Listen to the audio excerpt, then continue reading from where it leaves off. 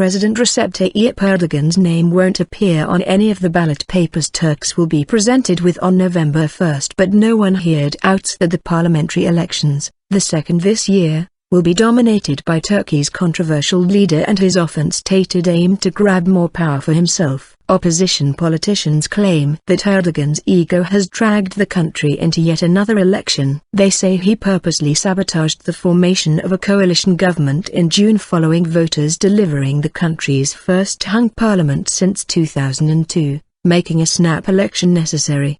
His aides deny the charge but privately acknowledge that Erdogan frowned on the very idea of cooperating with the coalition government. Opposition parties are already casting the poll as a crucial test of the country's democracy. As far as Erdogan's critics see it, the November election will be about how much power the president should be able to wield in the future. That also was the main issue in the June election, one that undermined Erdogan's stated ambition to alter the constitution and turn Turkey's ceremonial presidency into the real seat of authority. The failure of his ruling Justice and Development Party, AKP, to gain a majority of seats upset the Turkish leader's aim to recast the country's political system. Another shot at constitutional changes. The June election result, widely seen as a body blow to the Turkish president, brought forecasts that his days were numbered.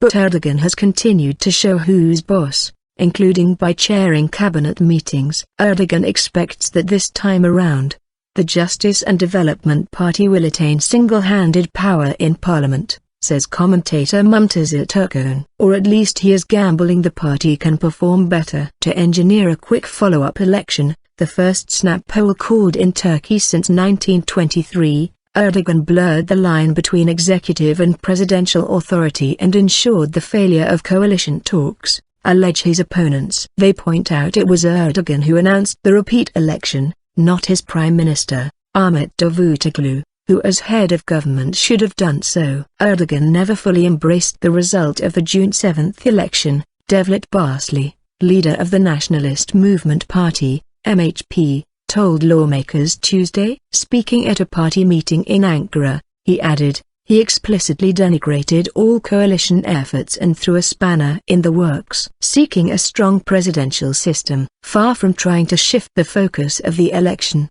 Erdogan looks set for the Islamist-based AKP to run a campaign shaped around him. Last week, just before announcing the November election, he argued that Turkey's government already has evolved into a de facto presidential system.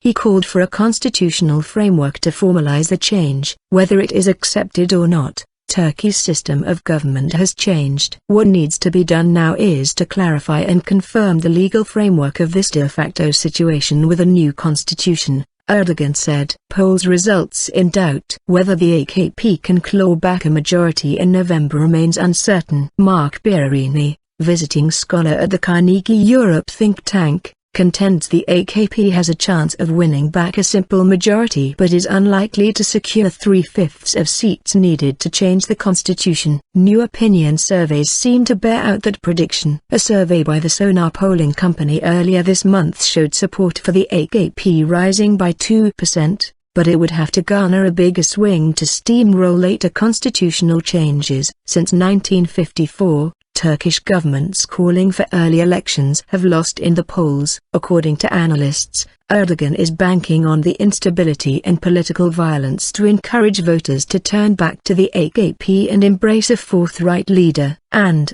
Erdogan has been upping his angry rhetoric against all he deems as undermining Turkey, from domestic to external foes. To his critics, Erdogan responded this week that he knows the scope of his authority and warned he would use my powers all the way.